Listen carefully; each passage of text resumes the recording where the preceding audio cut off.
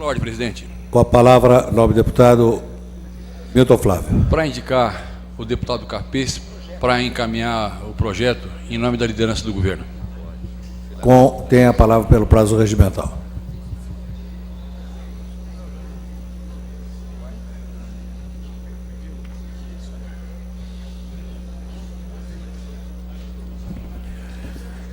Inicialmente, eu gostaria de agradecer ao deputado Vaz de Lima, líder do governo, e aos vice-líderes, os nobres deputados Jonas Donizete, deputado Milton Flávio, que compreenderam o momento e deram a oportunidade para que eu aqui viesse para fazer uso da palavra. E não venho a essa tribuna senão para fazer justiça a tantos que contribuíram para que se chegasse a esse momento. Quando ouço certas manifestações de insatisfação, eu aceito, eu compreendo, eu entendo, mas no meu íntimo fico magoado, porque desde o início me interessei pelo destino dos advogados, beneficiários da carteira de Previdência, acompanhei meu colega, o deputado Carlos Janazzi, na maioria, se não em todos, na maioria dos seus atos realizados aqui na Assembleia, e quando recebi o projeto que veio a esta casa, sem dúvida que se abateu sobre mim grande preocupação. Dizia o artigo 1º do projeto que chegou a esta casa: fica extinta a carteira de Previdência dos advogados de São Paulo. Portanto, do dia para a noite seria extinta a carteira de Previdência dos advogados.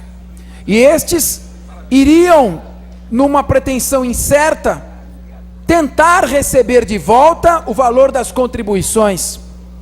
Era como se um paciente que estivesse sendo tratado tivesse declarado o óbito. E eu, que nunca faltei a lealdade com o meu partido e com o governo, mudando posições, me via na contingência de não poder acompanhar este projeto na forma como veio à Assembleia. Eis então que, começando pela ordem, o mérito de 1 a 1, tivemos um presidente da Assembleia, presidente Barros Munhoz, que teve a personalidade, que teve a vontade, que teve a persuasão, que teve a luz de suspender o projeto, não colocá-lo em votação e tentar buscar uma solução negociada, porque se aqui no Poder Legislativo, a casa da conversa, a casa do diálogo, nós não conseguirmos dialogar, não conseguirmos argumentar, qual a importância da tripartição de poderes preconizada por Montesquieu no final do século XVIII? E aqui foi esta a função, e Sua Excelência agiu como chefe de poder. O presidente da Assembleia contou com a compreensão do líder do governo, que aceitou colocar este assunto em pauta para discussão. Contou com o apoio do colégio de líderes, porque os líderes dos partidos aceitaram e entenderam que o assunto deveria ser colocado para discussão. E contou, sobretudo, com o apoio das entidades representativas de classe. Mais de uma vez participamos de reunião. O presidente Luiz Flávio Borges Durso, presidente da OAB, a Maria Odete, presidente do Instituto dos Advogados, Fábio Ferreira, presidente da Associação dos Advogados de São Paulo, a ASP, Márcio Caiati, ex-presidente do Instituto dos Advogados e conselheiro da carteira de Previdência, foram até o último momento tentando a negociação. Se a política é a arte do possível, devemos fazer como ensina o governador José Serra, devemos ampliar ao máximo o limite deste possível. E é isto que se fez aqui. As entidades foram, presidente da OAB, da Associação dos Advogados, do Instituto dos Advogados, foram até Brasília. Lá em Brasília contaram com o apoio do irmão do nosso deputado que aqui se manifestou, Antônio Mentor, deputado federal José Mentor, que juntos, num trabalho suprapartidário, em que não houve discussão política, mas o interesse em solucionar esse problema, foram até o Ministério da Previdência Social. Se o Ministério da Previdência Social não avalizasse, não haveria esse acordo. e o Ministério da Previdência Social avalizou esse acordo. Voltando a esta casa, se o governador José Serra insistisse no projeto no texto original, não poderia ser votado o projeto como aqui chegou. E, portanto, estamos diante de um novo texto. Não fosse a atuação destas personalidades políticas, de todos os partidos, porque aqui também o colégio de líderes, que representa os líderes de todos os partidos desta casa, foi sensível.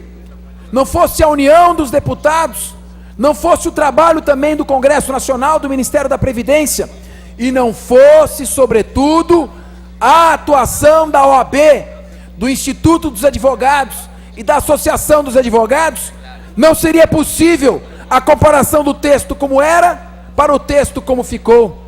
Eu leio aqui o texto que chegou a esta casa.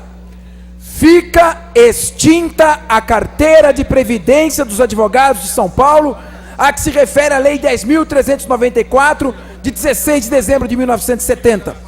Leio agora o artigo 1º do projeto resultante desse esforço conjunto das entidades de classe, da Assembleia Legislativa, do Ministério da Previdência Social, do Congresso Nacional, também do governo que permitiu que viesse a ser votado. Em vez de fica extinta, fica declarada em regime de extinção. Nos termos dessa lei, a carteira de previdência dos advogados será respeitado o direito daqueles que se encontram nesta carteira.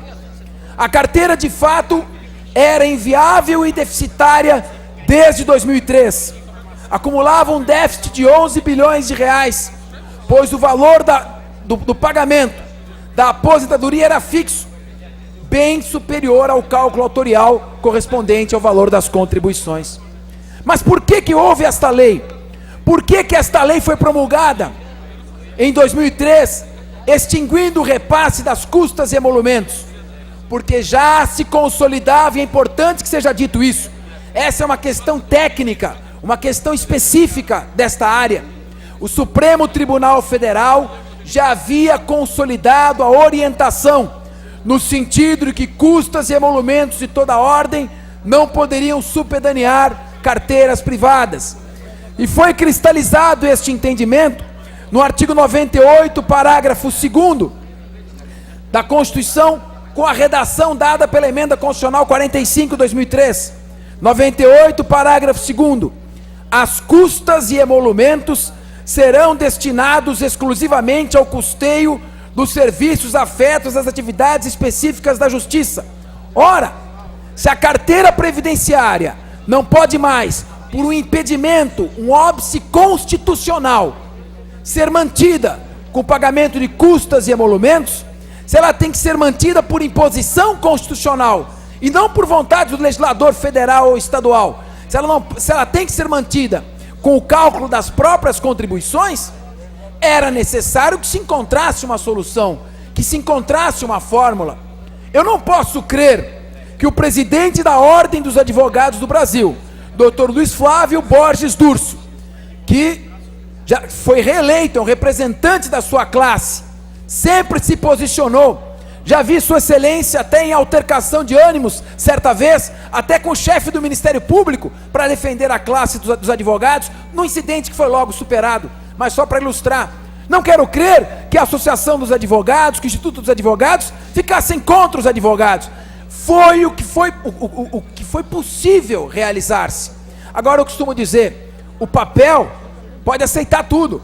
Eu posso fazer um projeto de lei dizendo que Papai Noel existe. Eu posso fazer um projeto de lei inventando benefícios, só que nós temos que atuar dentro da base da realidade. Nós temos aqui, nobres pares, colegas, deputados de todos os partidos, o compromisso maior, que é o compromisso com esta Casa Legislativa, o compromisso do reerguimento do poder legislativo. E esta Casa agiu como poder legislativo autônomo e independente. Recebo em várias entrevistas que dou a redes de televisão, programas de público jovem, sugestões. Por que não se fecha o Congresso Nacional? Por que não se acaba com o poder legislativo? Por que não se acaba com essa função de legislar que não serve para nada? Esse tipo de argumentação demagógica e ilusória é a porta de entrada para a instalação de uma ditadura.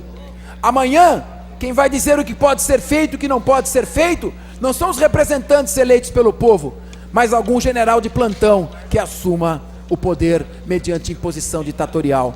Aqueles que têm mais tempo de estrada de vida do que nós e que já sofreram na própria carne o sofrimento de uma ditadura militar, sabe o que isto significa, de uma ditadura qualquer, militar ou não. E por esta razão, seja a ditadura A ou ditadura B, o poder legislativo tem que estar unido. E ele foi sensível à manifestação da OAB, do Instituto dos Advogados e da Associação dos Advogados. Parabéns, deputado federal José Mentor, irmão do deputado estadual Antônio Mentor, seja portador desses encômios. Parabéns ao Ministério da Previdência Social, parabéns às entidades e representando toda a Assembleia. Parabéns, presidente Barros Munhoz. Em votação, a emenda aglutinativa Pela ordem, senhor ao presidente. projeto de lei 236. Com a palavra o deputado Carjanassa. Eu solicito uma verificação nominal de votação.